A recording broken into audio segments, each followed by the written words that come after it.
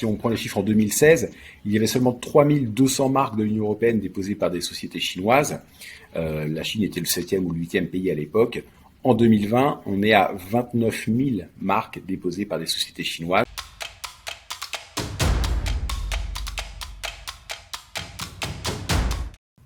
Bienvenue dans cette nouvelle capsule vidéo proposée par Into the Minds. Aujourd'hui, mon invité est quelqu'un qui est déjà venu, c'est Maître Jérôme Tassy, qu'on va appeler Jérôme pour le reste de cette vidéo. Salut Jérôme. Bonjour Pierre-Nicolas, merci de me recevoir à nouveau, effectivement. Et voilà, exactement, tu avais proposé la dernière fois un sujet super intéressant, que tu es un petit peu l'un des seuls à étudier en France. On va parler aujourd'hui de contrefaçon et plus particulièrement de détournement de la propriété intellectuelle. Alors c'est un mot un petit peu compliqué, c'est un terme qu'on n'a forcément jamais entendu, puisque tu en es un des fers de lance, en tout cas c'est toi qui l'étudie le plus en France. Est-ce que d'abord tu peux nous expliquer quel est ce phénomène que tu observes depuis quelques années ? Alors, c'est le détournement de la propriété intellectuelle, qui est un phénomène qui me semble en tout cas assez récent depuis quelques années, et c'est un phénomène qui est très marquant et qui consiste en réalité à ce que des entités, souvent chinoises, déposent en Europe et ailleurs dans le monde, mais des droits de propriété intellectuelle qui sont en réalité des copies de droits de propriété intellectuelle de tiers. Si on prend l'exemple par exemple de Lego, énormément de produits Lego sont déposés à titre de dessin et modèle ou à titre de marque par Lego, ce qui paraît logique, puisque ceux qui en sont les créateurs, mais également par des sociétés chinoises qui vont purement et simplement déposer des dessins et modèles sur des produits Lego. Alors, tu as écrit un article vraiment très complet sur le sujet. Je vais le mettre dans la description de cette vidéo pour que les téléspectateurs puissent s'y référer. Mais à l'intérieur de cet article, tu donnes d'autres exemples qui sont absolument édifiants. Je pense à une Barbie en particulier. Est-ce qu'il y a d'autres exemples à part Lego et Barbie qui te viennent en tête ? Alors, il y a beaucoup d'exemples dans le domaine des jouets. Donc, il y a Barbie, tu l'as dit, il y a Lego. On a également l'exemple des fingerlings. Fingerlings, c'était des petites statues, enfin des petits jouets en forme de singe qui ont eu beaucoup de succès il y a quelques années. Alors, ça ne touche pas que ces secteurs-là. On a également dans l'article dans lequel tu parles, j'ai un exemple de frigo. Un frigo qui a été déposé à titre de dessin modèle, qui est une copie pure et simple. On a également des chaussures, on a également des parfums, des flacons de parfums. Ça touche vraiment beaucoup de domaines, surtout dans le domaine de la consommation courante. Mais on peut également avoir ce type de phénomène dans d'autres domaines. Je pense notamment à l'alcool ou au tabac, où on peut avoir ce type de détournement. Alors il y avait aussi l'exemple de Calvin Klein. Alors là, c'était pas un objet physique, c'était une marque. Alors je vais pas me lancer dans la prononciation, mais en fait on voyait que la marque que la société chinoise tentait de déposer était vraiment phonétiquement très proche de Calvin Klein. Est-ce que, à part les objets, à part les marques, est-ce que les logos par exemple peuvent être aussi détournés ? Oui, tout à fait. Ça peut être le cas. Alors, j'ai un cas qui me vient en tête. Alors, le cas dont tu parlais sur Calvin Klein, c'est une marque, alors j'aurais du mal à prononcer, mais déposée par un Chinois qui s'appelle Calvin Klein. Donc, ça en était très proche phonétiquement. En tout cas, il y avait une volonté sans doute de se rapprocher de ça. Et j'ai un cas qui me vient en tête qui fait penser au logo. En matière de certification, je ne sais pas si tu connais, mais il y a une société allemande qui est assez connue qui s'appelle TÜV Rheinland. Et je me rappelle d'un cas pour des produits qui venaient de Chine et qui étaient certifiés par une société qui s'appelait TÜV Feintold. Pareil, une mauvaise prononciation phonétique, mais on s'en rapprochait. Et là, le logo avait été imité. Et on voit ici que on est sur des produits qui peuvent être des produits qui devaient être certifiés pour des raisons électriques. Ça peut être assez grave. Et la reproduction du logo, c'était le cas en l'espèce, peut avoir des conséquences pour les consommateurs. Alors, quelle imagination de la part de nos amis chinois, mais pourquoi est-ce qu'ils font tout ça ? Alors pourquoi font-ils tout ça ? Alors je suis pas sûr que ce soit de l'imagination, je pense que c'est surtout des problèmes de phonétique ou de translittération, souvent ça peut s'expliquer dans certains cas. Alors, pourquoi font-ils ça ? Alors la contrefaçon, on voit bien pourquoi ils peuvent le faire en tant que tel. Pourquoi ils vont détourner la contrefaçon en déposant des droits de propriété intellectuelle ? Il y a plusieurs raisons à ça.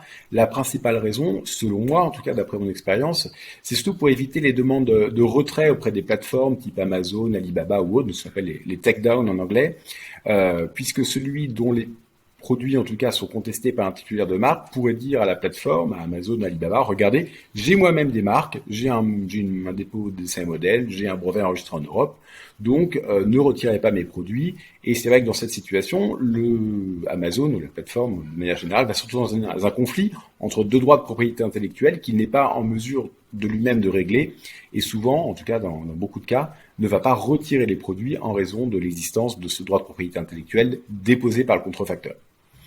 Est-ce que ce détournement de la propriété intellectuelle peut aussi amener de la confusion auprès des autorités, par exemple des douanes, qui sont amenées parfois à juger de la légitimité d'un produit par rapport à un original? Tout à fait, puisque les douanes peuvent retenir en douane, ou retenir des produits qui arriveraient dans l'Union européenne, qui seraient des contrefaçons de droits de propriété intellectuelle, c'est tout à fait possible. Mais c'est vrai que si elles se retrouvent confrontées à la situation où, certes, le produit pourrait contrefaire une marque ou un dépôt de dessin et modèle ou un brevet, mais en même temps, ce produit bénéficie lui-même d'une marque ou d'un dépôt de dessin et modèle, les douanes peuvent se retrouver dans la même situation finalement que les plateformes et être dans une position délicate et ne pas pouvoir juger exactement qui a raison, qui a tort. Le produit n'est pas manifestement une contrefaçon. Enfin, c'est une contrefaçon, mais c'est une contrefaçon protégée par un droit de propriété intellectuelle. C'est ça qui est assez original. Depuis combien de temps est-ce qu'on observe ce phénomène? Alors, moi, je l'observe en tout cas depuis 2 ou 3 ans, mais je pense qu'il est assez récent, puisque pour donner quelques chiffres, hein, les dépôts de droits de propriété intellectuelle par des sociétés chinoises en Europe sont assez récents. Euh, dans l'ordre de grandeur, en tout cas, si on prend les chiffres en 2016, il y avait seulement 3200 marques de l'Union européenne déposées par des sociétés chinoises. La Chine était le septième ou le huitième pays à l'époque. En 2020, on est à 29 000 marques déposées par des sociétés chinoises. La Chine est le premier déposant de marques de l'Union européenne aujourd'hui. Donc en 5 ans, on voit qu'ils sont passés de septième ou huitième pays à premier pays en multipliant quasiment par 10 le nombre de dépôts. C'est pareil en dessin et modèle, c'est pareil en droit des brevets. Donc c'est vraiment un phénomène assez émergent. Alors, dans ce lot, il y a des tas de droits de propriété intellectuelle déposés légitimement, hein. Je ne dis pas que tous ces droits sont des copies de tiers, évidemment, mais dans cette masse importante de droits de propriété intellectuelle déposés par des sociétés chinoises, il y a un nombre non négligeable de droits de propriété intellectuelle qui sont en réalité des copies pures et simples de droits antérieurs. Alors, ce qui est incroyable, c'est que à la fin, le dépôt d'un droit de propriété intellectuelle, ça coûte de l'argent, c'est aussi des efforts. Est-ce que ça veut dire qu'il y a une volonté politique derrière? Parce que on peut pas imaginer que ce soit juste une coïncidence qu'il y ait tant de marques chinoises qui d'un coup se réveillent et viennent déposer des droits ou essaient de déposer des droits en Europe. Quelle est ton interprétation? Mon avis, j'ai pas d'idée officielle là-dessus, mais mon avis, effectivement, c'est qu'il y a une volonté derrière très claire politique de s'étendre, d'étendre l'activité économique. On parle beaucoup de les routes de la soie. Par ailleurs, on est peut-être sur des routes de la soie en propriété intellectuelle, c'est tout à fait possible, puisque ça a un coût, hein, c'est la propriété intellectuelle, même si l'Europe est assez peu chère. C'est aussi pour ça qu'elle peut être attractive pour les sociétés étrangères. Ça ne coûte pas si cher de déposer une marque de l'Union européenne. Pour donner un ordre de grandeur, ça coûte au minimum 850 euros pour être protégé sur 27 pays de l'Union européenne. Donc c'est pas grand-chose finalement pour une société chinoise, en tout cas pour un marché qui est conséquent, hein, l'ensemble du marché européen. Donc oui, il y a probablement une volonté politique derrière de soutenir en tout cas les dépôts de droits de propriété intellectuelle pour peser sur les économies européennes. Mais on a également le même phénomène aux États-Unis. Alors, je suis une marque européenne. Qu'est-ce que je fais pour me protéger? Ou en tout cas, comment est-ce que je fais pour monitorer, pour suivre ce qui peut se passer autour de ma marque? Alors, je dirais qu'avant, c'était relativement simple, c'est qu'il fallait surveiller les contrefaçons. Donc, on allait surveiller les plateformes, on faisait des demandes de retenue en douane, on allait voir les produits sur les marchés en Chine. On faisait vraiment de la surveillance, on était dans la lutte contre la contrefaçon pure. Ce qui est nouveau, c'est qu'aujourd'hui, une marque, si on prend l'exemple de Lego, Lego est obligé, en plus de cette activité traditionnelle, d'aller attaquer en nullité les dépôts de dessins et modèles déposés par des concurrents. Sur l'année dernière, il y a à peu près eu 20 ou 25 actions engagées par Lego contre des déposants qui avaient déposé des copies pures et simples des produits de Lego. Donc tout ça a un coût supplémentaire pour les marques et ça ne sert à rien. Autant lutter contre la contrefaçon, vous détruisez des produits, c'est compliqué, mais ça sert à quelque chose, il y a une efficacité. Là, vous allez juste faire des actions pour demander la nullité de dessins et modèles ou de marques. Ça coûte cher, c'est assez long et ça ne débouche sur rien. Donc, ça n'a vraiment aucun intérêt économique pour les marques, c'est juste quelque chose qui est nuisible pour elles et qui leur porte préjudice. tout le monde est perdant à la fin, ceux qui se défendent et ceux qui essayent de détourner le droit de la propriété intellectuelle. Oui, ceux qui détournent, ils le savent que ça va être perdant. Mais c'est vrai que ça va permettre de profiter du système, de profiter du système à peu de frais.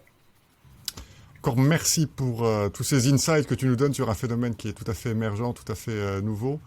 Merci pour ton temps et puis on va se retrouver très bientôt pour un autre épisode. Salut Jérôme. Bonne journée, à bientôt.